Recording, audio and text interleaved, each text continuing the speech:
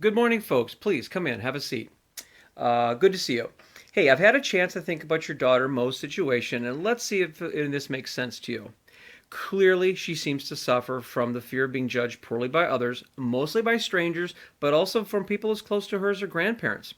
She seems to be most comfortable with immediate family and maybe one close friend at a time.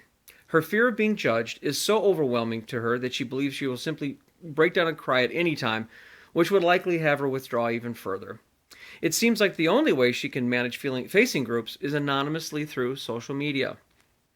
This has all resulted in her failing at a typical high school and her subsequent enrollment at an alternative school, which she even barely tolerates that 2 years in.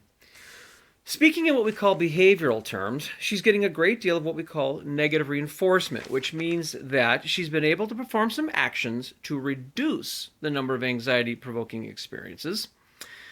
I believe there's also an operant conditioning process occurring wherein she has a great deal of difficulty discriminating between her perception of poor judgment and versus her actual judgment from others.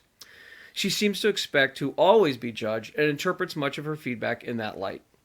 Because she seems to basically like herself and enjoys good relations with her family and has this fear in nearly any other social situation, we'll probably need to try some behavioral therapy techniques.